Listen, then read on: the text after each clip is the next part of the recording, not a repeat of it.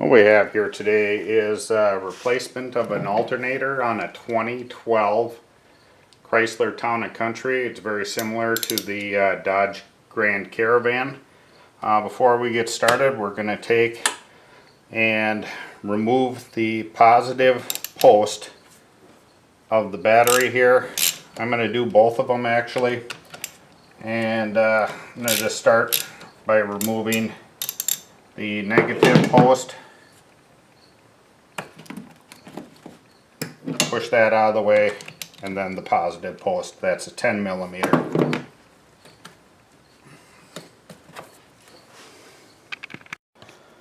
Okay, this job requires very few tools.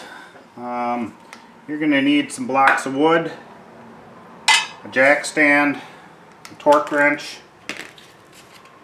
What's helpful is a serpentine belt tool,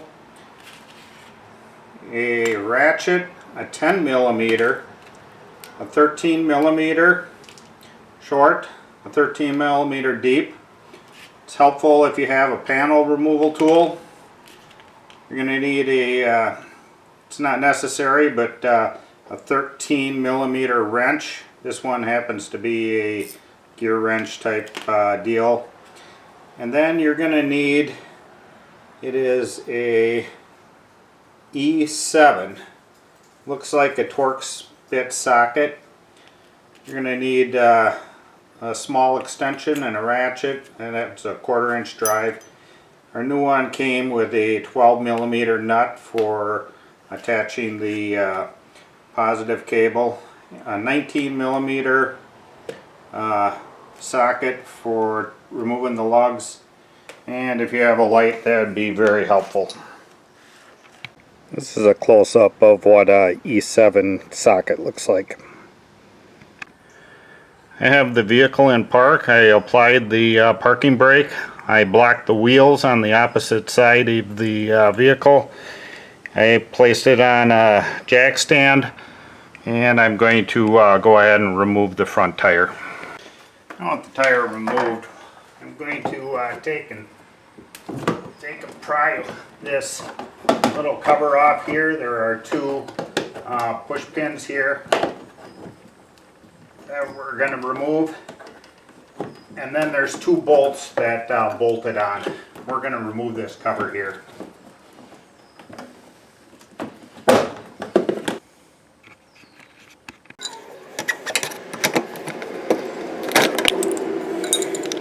Okay, with those two 10 millimeters out of the way, I was able to just take that plastic belt guard off there, and then you want to put a 3/8 drive on the tensioner there, and we're going to remove the belt. So you go counterclockwise, and that'll take the tension off.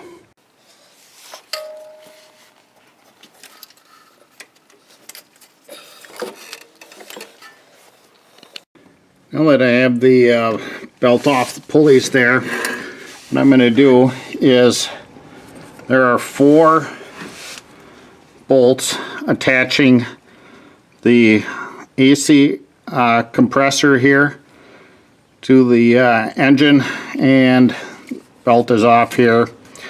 So what I'm going to do is remove that. I'm not going to disconnect the lines going to the AC compressor.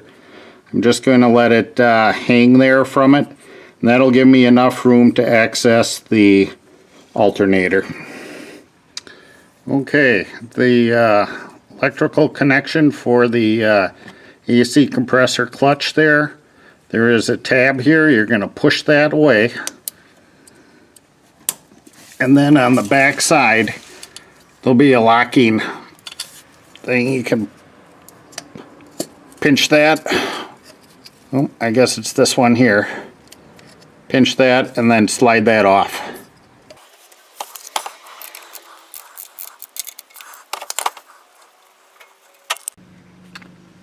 Okay, got these 2 bolts out here.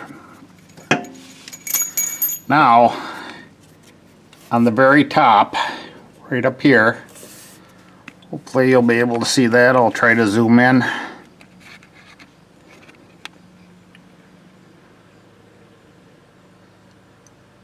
Very top there is a 13mm nut. We're going to remove that. And that's on a stud that has a E7. It's like an inverted Torx socket that you're going to have to put on there and then remove that. There's two of them. There's another one right up here. Hands in the way, but it is right up here. One thing you do not want to do is loosen the ones up for the compressor line that has that fitting on there.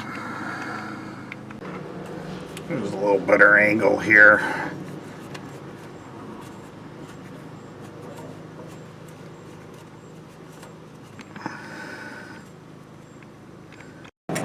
Okay, this hole right here, I took that E7 and I took that stud out of there, and you might have to take and pull the compressor out so you have enough room to get your wrench in there by that. So I'm going to go ahead and remove the other one, and then I'm just going to gently lower the compressor down so it doesn't stress the hoses too much, and then we'll go ahead and take the alternator out.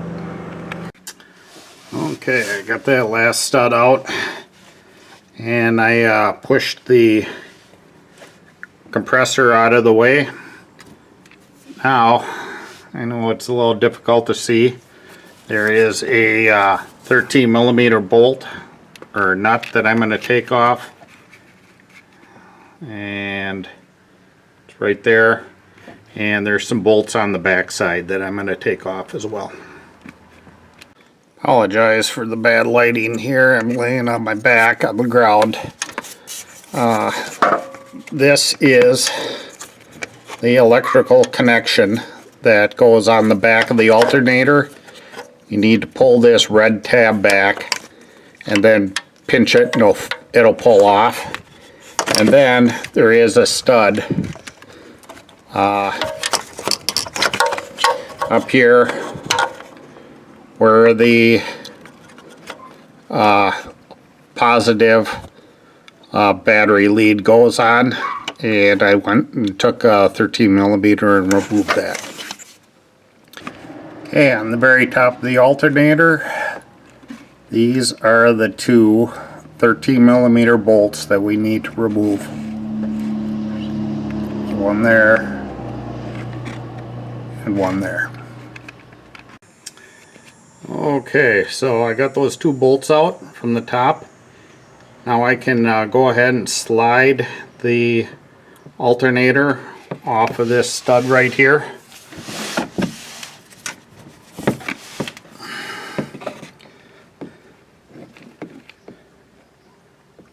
Right there. We'll go ahead and slide that off, and then I'll push this little hose out of the way and pull it out.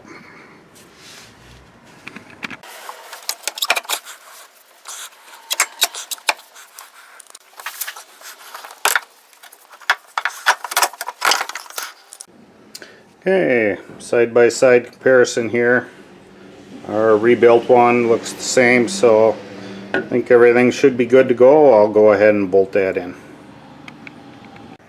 Okay, I got it slipped on the stud. You have to have it with the pulley facing down towards you to get it up in that hole. I'm sorry, there's not much room for the camera work here, and you can wiggle it around and get it on that stud. Now we'll go ahead and I'm going to put those two bolts in there, and then I'm going to come around and then put that nut on that stud right there. Okay, I did the final torquing of the nuts there on the very top of the alternator from the top of the engine. What I used was one of those ratcheting wrenches, like a gear wrench, and I got that tight. So now I'll go ahead and put the positive cable on there that goes to the battery and hook up the other wire. Okay, attach the positive cable on there, and I'll go ahead and snap the little boot over the top, and then we'll take and make that electrical connection there on the back. This one here, the red, we'll snap that in there.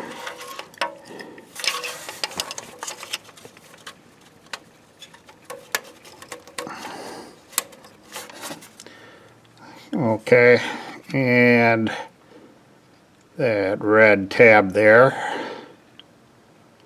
we'll go ahead and push that down. That locks it in. Okay, then we'll tighten up that bolt on the front of the alternator and put our compressor back on, bolt that on.